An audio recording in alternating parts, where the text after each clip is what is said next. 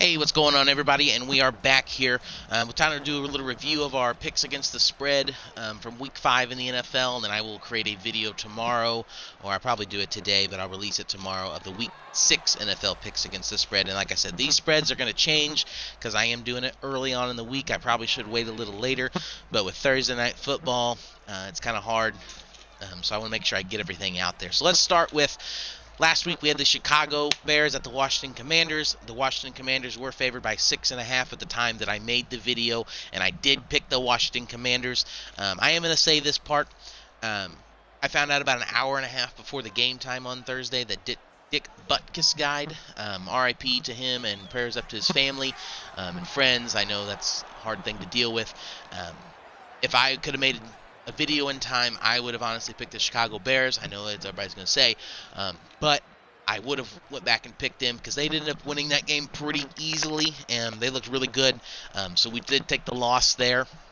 Like I said, I would have went back and picked them, but I am man of my word because I did make a video, and there's evidence out there of us picking them. I say us, but me picking them, so I will take the L on that. So right now we are 0-1, but then we move to the Jacksonville Jaguars at the Buffalo Bills in London. The Bills were favored by 5.5, and I did pick the Jacksonville Jaguars to cover the spread. I did say they did have a chance to go in and win that game, and that's exactly what they did. They looked really good. Buffalo, always a shaky team, always hot and cold at the same time. Never know what Buffalo team you're going to get, so we moved to 1-1. Next up, we had the Houston Texans at the Atlanta Falcons. Atlanta was favored by 1.5. I honestly thought Houston was going to go in there and win that game, and they damn near did. But we did take the loss on that because I believe the final score was 19-21, so it just covered that spread there. So right, we're at 1-2. Next up, we had the Carolina Panthers at the MCDC Detroit Lions. Lions were favored by 8.5, and that is who we picked. So we going pretty good here. We're at 500. Next one here, the Tennessee Titans at the Indianapolis Colts. Colts were favored by 1.5. I thought Tennessee was going to go in and win that game. Unfortunately, they didn't. Final score ended up being 23. Colts 23, Titans 16. So the Titans did not cover the spread. Like I said, I thought they were going to go in and win, but we will take the big L on that one. Then we move to the New York Giants at the Miami Dolphins. Dolphins were favored by 10.5. They easily covered that spread. I had no pressure to think that they wouldn't cover that spread, especially with their offense and the way New York has been. It's honestly, unless it's a ridiculous spread, I'm always going to pick against the Giants against the spread. With the spread, because they're a hot garbage team right now. They're a hot mess. Maybe they can turn things around in the future. There's still a lot of season left, but for right now, I'll always pick against the New York Giants. This one, I said in the video, we go back and forth a little bit, is the New Orleans Saints at the New England Patriots. I've lost all faith in New England Patriots. I still love Bill Belichick. I still think he's one of the greatest coaches of all time, but with the players they have in New England right now, I don't want to say he isn't, but there's nothing there. There's nothing there, and I picked the Patriots because they were favored by 1.5, but they ended up losing. I believe it was 34-0. So New Orleans covered way above the spread there, and went to Gillette Stadium and whooped that ass. I'll take the L on that one there. Next up, I said once again, I said, this AFC North game, Pittsburgh Steelers, Baltimore Ravens, you never know what you're going to get when you get those games. They're always a good game, whether the Steelers are bad, Ravens are good, or Ravens are bad and Steelers are good, and that's exactly what it was. Lamar Jackson and the Ravens kind of came in there and shit the bed.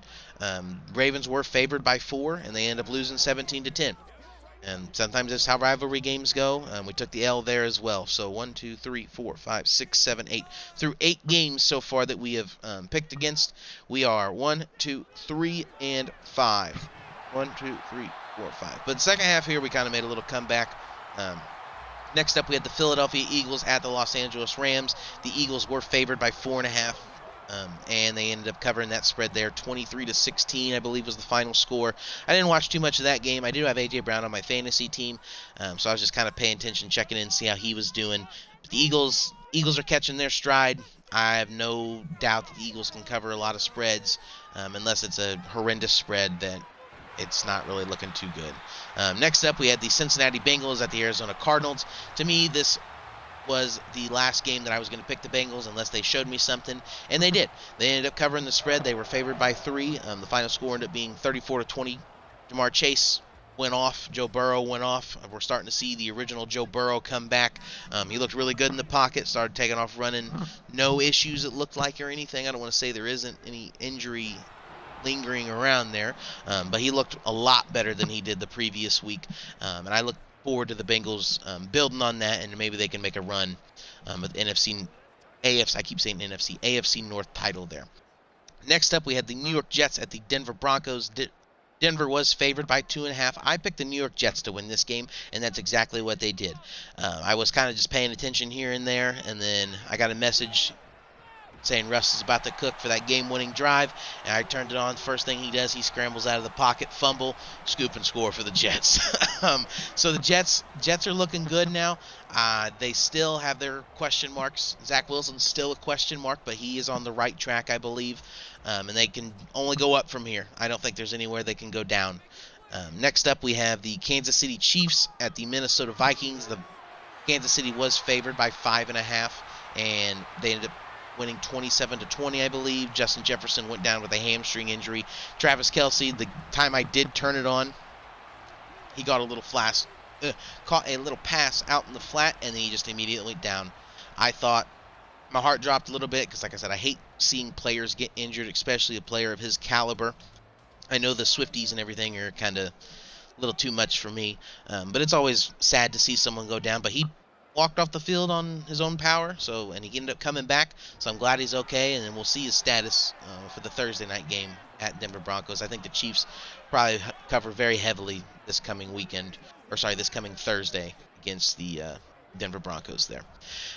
Leads us to our Sunday night game, Dallas at San Francisco. San Francisco was favored by 3.5, and they covered that spread they won by 32, so they covered that spread quite a bit there. Dallas, I'm only going to pick Dallas if they play a crappy team. And the games before this, they played some pretty crappy teams. They played the Cardinals, which they ended up losing to. They played the Jets. They played the Jets. Who else they played? I can look it up real quick here. I'm on my phone. They played the Jets, the Giants, the Jets, the Cardinals, and the Patriots. Not great teams there. So unless this Dallas team can figure some things out, I only see them winning against teams that are below 500, if not 500. Any team so far that's a threat to win a Super Bowl, I'm never going to pick them. They do not look good. Dak looks like a hot can of garbage. And that defense, ever since Trayvon Diggs went out, they're giving up a lot of yards and a lot of points. So I'm hoping I don't want to say I hope they turn around because I really don't care for the Dallas Cowboys, but I like competitive games, especially when your Sunday night games. You don't want to see your Sunday night games be like that. I know a lot of people were happy probably to see the Cowboys lose at that margin, but Sunday night games, to me, Monday night games, they need to be some good games. They need to be some primetime worthy games, and that Sunday night game was not worth of primetime. That honestly could have been a noon 3:25 game, and I would have been okay with it. And that leads us into our last game here, Green Bay at the Las Vegas Raiders. Green Bay was favored by 1.5. I ended up picking the Green Bay Packers, and Jordan Love shit the bed on me. Las Vegas Raiders turned out really good. That defense looked really good last night. I believe Jordan Love threw 3 picks. I don't know much about the Packers going forward. They're a shaky team. I'm interested to see how they have the whole year planned out. But there's our picks against there was our record against the spread. We ended up going 8-6, which isn't terrible. Still a winning record there. But season goes on, more injuries go on. We'll see how we do. Like I said, I will make a video for next week's picks with the spread. I need to get everything written out and everything. But thanks for watching. Subscribe and like our YouTube channel. Go check us out on Facebook. Go check us out on Instagram, the X, TikTok, everything like that. I'll try and get this video uploaded maybe today, maybe tomorrow. I'm not quite sure. It depends how fast my internet's wanting to work. But thanks for watching, and we'll see you guys all next time.